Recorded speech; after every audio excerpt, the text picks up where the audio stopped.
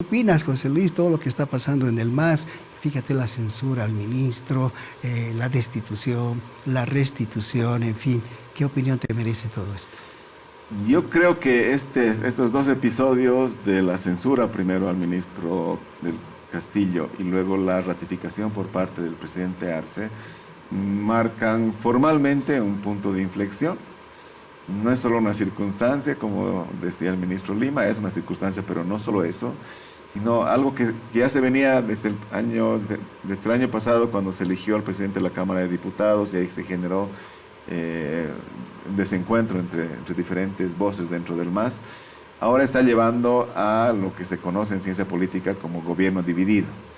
¿Qué significa esto? Un gobierno que no tiene mayoría parlamentaria, ¿no? En este momento, el gobierno de Luis Arce ha perdido la mayoría parlamentaria, no la tiene.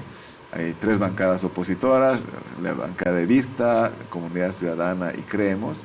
Y a reserva de los temas, de las negociaciones que se puedan construir, ojalá de los acuerdos que se logren, le va a ser cada vez más difícil sostener una agenda legislativa, aprobar algunas leyes, se va a ver es posible que una lógica de bloqueo y de parálisis institucional, que como tú preguntabas, tiene efectos en términos de la eficacia decisoria y por lo tanto de la gobernabilidad, ¿no?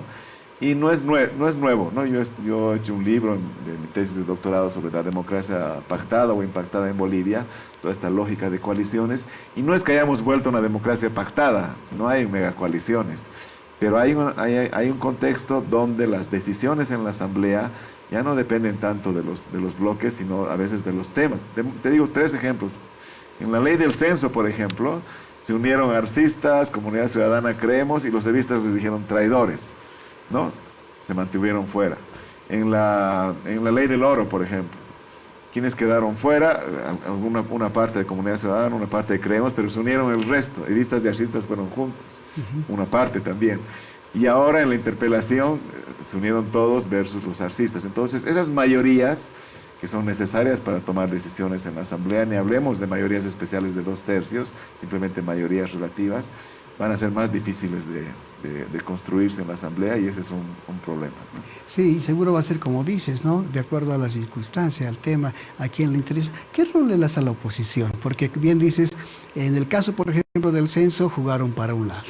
En el caso de la ley del oro, quedaron marginados. Y en este caso, se unieron a los evistas. ¿Va a ser siempre así la oposición? Lo que pasa es que la oposición tiene una representación minoritaria que no es decisoria. Entonces, lo que pasa en la Asamblea básicamente va a depender de la bancada de Vista. Si es que en una decisión vota junto al marxista, va a haber mayoría del MAS. Si es que vota junto a Comunidad Ciudadana y Creemos, va a haber mayoría de la oposición. Es decir, las bancadas de la oposición por sí mismas no van a lograr una minoría.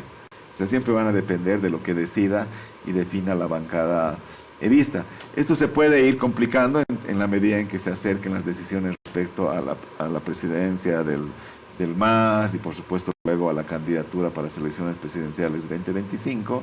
Y por supuesto están ahí todas las voces, muchas voces que están diciendo esto es un suicidio político. Ojalá puedan afinar, buscar algún tipo de acuerdo, por lo menos procedimental, para resolver esto, pero vemos que hay una situación muy crítica dentro del MAS, que por supuesto se expresa muy claramente en la Asamblea. En lo jurídico, José Luis, los que dicen que completamente el presidente vio la Constitución, pero el ministro Lima nos explicaba de que no, de que se cumplieron los pasos, en fin. ¿Hay algún vacío legal? ¿Está bien el presidente? ¿Qué Primero hay que decir que no es nuevo, no es algo nuevo. En 2006, el presidente Evo Morales, después de la censura en el Senado de Andrés Solís Rada, ministro de Hidrocarburos, a la hora lo ratificó, es decir, no le aceptó la renuncia. En el 2007 ocurrió lo mismo con el entonces ministro de Gobierno, Rada. Lo censuraron en el Senado, a las 2 horas presentó su renuncia, como decía la Constitución. En la anterior Constitución el presidente podía aceptar o rechazar esa renuncia. Y rechazó la renuncia, pero diciendo el mensaje era a mis ministros que los interpelen y los censuren en la Asamblea, son buenos ministros, eso los apoyo, más bien es un gran mensaje, ¿no? Entonces hay ese antecedente, por supuesto está el antecedente que fue muy cuestionado ya en el ámbito del nuevo marco constitucional del régimen transitorio de Áñez, cuando también fueron censurados 3 ministros, primero el ministro de Defensa, López, luego los ministros de Gobierno y de Educación, ¿no? Murillo y Cárdenas, y procedió a destituirlos, como dice la Constitución, pero inmediatamente los nombró. Ahí abrió un boquete respecto a esto. La Constitución, al establecer que un ministro censurado debe ser destituido, está asumiendo, obviamente, que no puede volver a ser ministro, ¿no? Y por eso, esto que mencionaba el ministro Lima, de una ley que se aprobó, una sentencia constitucional, ahora otro proyecto de ley que está en la Asamblea para regular esto, ¿no? Para regular esto, que quede definido de manera muy clara cuáles son los efectos de la censura. Es un mecanismo de fiscalización de la Asamblea, por supuesto, depende del tema, pero es un mecanismo político, pues, de fiscalización, que tiene que ver con la confianza, a veces a una política y a veces a un ministro, a una gestión, ¿no?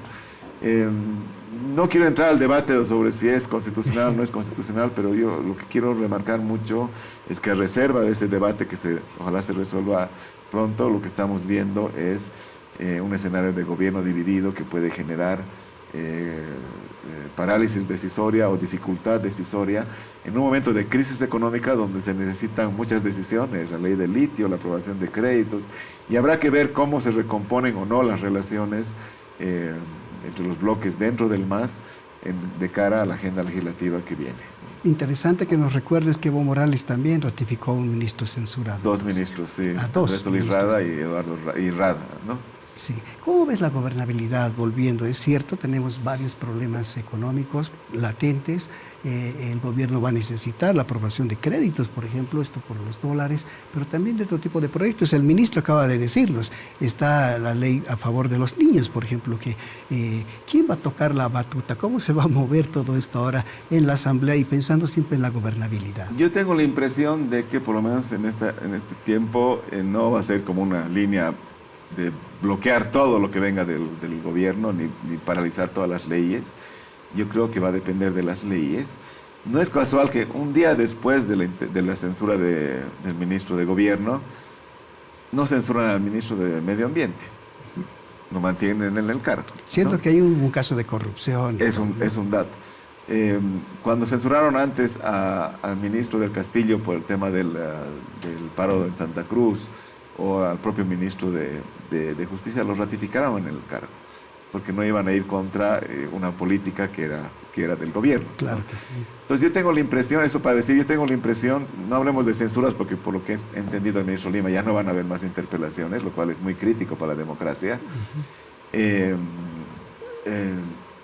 Más allá de las interpelaciones, yo creo que en términos de la agenda legislativa, va a depender del tema.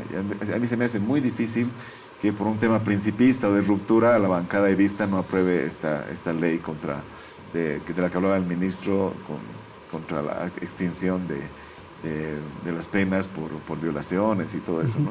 Pues van a haber leyes que por supuesto se van a aprobar y quizás otras sean objeto de negociación y otras se bloqueen, ¿no? Pues va a depender del tipo de ley.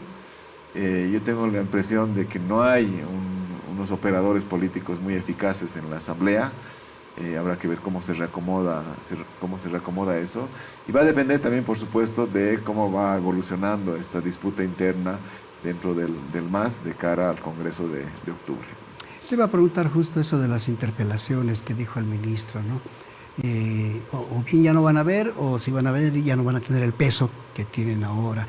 Eso no es muy democrático, que parece. ¿Qué dices tú? La Constitución prevé, y está en el reglamento de las cámaras, es un mecanismo de fiscalización. Como decía el ministro, hay una gradación, se pide primero un informe escrito, si no satisface el informe escrito se va a un informe oral, y si no satisface se va a una interpelación con esos efectos, ¿no? De si hay una censura por 2/3, tiene el efecto de la destitución del ministro. Eso es parte del juego democrático. Entonces, yo no sé cuál va a ser el mecanismo para, no sé si ya borrar las interpelaciones, pero para limitarlas porque el gobierno, por supuesto, sabe que en la próxima interpelación que haya al ministro de Justicia lo van a censurar, ¿no? No sabemos cómo será con otros ministros, en Montaño tal vez lo censuren. Entonces va a tratar de gestionar esa lógica de las interpelaciones en una lógica más política, de cálculo político, que de mecanismo legislativo de fiscalización, ¿no? Hablemos, José Luis, eso claro, siempre es crítico para la democracia, sí, ¿no? sí, claro que sí, sí. Quería hablarte ya del MAS. ¿Hacia dónde va? ¿Tú crees? Hace un rato comentábamos con el colega Rubén, finalmente terminará siendo un MAS nuevo, un MAS histórico. ¿Hacia dónde va el MAS, José Luis? No lo sabemos, no lo sabemos. Las señales que hay es que está avanzando de manera muy veloz y muy deteriorada hacia quizás un quiebre, una división ya más formal, lo cual es muy crítico, no tanto pensando en el MAS como partido político, ni siquiera solo en el instrumento político que aglutina organizaciones, sino pensando en el proyecto plurinacional popular. El MAS, más allá de ser partido, instrumento, lo que hace ha sido articular una serie de agendas, de actores del bloque plurinacional popular, que ante una eventualidad de una división dentro del MAS, se van a ver resentidos en términos de agenda, en términos de todo lo que significó este proceso de avances, muchos de ellos expresados en la Constitución, más allá de lo que puede implicar ya en el cálculo electoral del 2025, ¿no? Entonces, digamos, la reflexión es más allá de lo que implica esa disputa, que por último es una disputa porque ya no existe un mecanismo eficaz, decisorio dentro del MAS, como el que había antes. Mayorga ha estudiado mucho esto, ¿no? Antes Evo concentraba la decisión de una manera radial con el partido, porque además era presidente del partido, con el pacto de unidad, con la bancada legislativa. Ahora ya no existe eso, no hay un centro decisorio, más bien hay una ausencia de un esquema, de un nuevo modelo decisional, ¿no? Y en reserva de que se pueda recomponer eso o no, el tema es cuál es el proyecto político que estaba planteando el MAS. Y no hay discusión, no hay un proyecto político. Se perdió la estabilidad económica, la neutralización está muy bien. Yo creo que todos lo celebramos y queremos que le vaya bien a Bolivia con el litio y por supuesto con el desarrollo económico, etcétera, etcétera. Pero ¿cuál es el proyecto político? ¿Cuál es la visión de país que está ofreciendo hoy el MAS o lo que sea el MAS en estos dos bloques? Todavía no lo vemos, ¿no? Y bueno, ni hablemos de la oposición. José Luis, siempre se dijo que finalmente el MAS era de los sectores sociales, era de los movimientos populares, en fin. ¿Podrá primar eso al final? Sí, esto es muy fuerte. Hay ese estudio que, con unas palabras me parece que es Juan de la Cruz Vilca, muy emblemáticas, que dice, nosotros no somos del MAS, el MAS es de nosotros, ¿no? Y efectivamente ha habido una apropiación del instrumento político por parte de las organizaciones sociales, luego aglutinadas en el Pacto de Unidad, luego con un poco más de ruido en CONALCAM, etcétera, pero eso es una marca de identidad. O sea, hay una identidad orgánica del MAS que tiene que ver con los sectores y los actores sociales. Yo en algún momento tenía la impresión de que por ahí iba a venir el camino de recomposición y decir, bueno, finalmente nosotros nos estamos jugando nuestra supervivencia como bloque plurinacional popular y como proyecto político y de poder. Pero lo que veo con mucha preocupación es que las propias organizaciones están divididas. También, ¿no? Cooptadas, por supuesto, y no de ahora, sino desde mucho tiempo, divididas. Ya no es un bloque de organizaciones, sino hay organizaciones que están con el arcismo, otras que están con el levismo. Vamos a ver cómo se traduce eso en el Congreso del MAS en octubre, empezando de la representación que va a haber, quiénes van a poder participar o no en ese Congreso.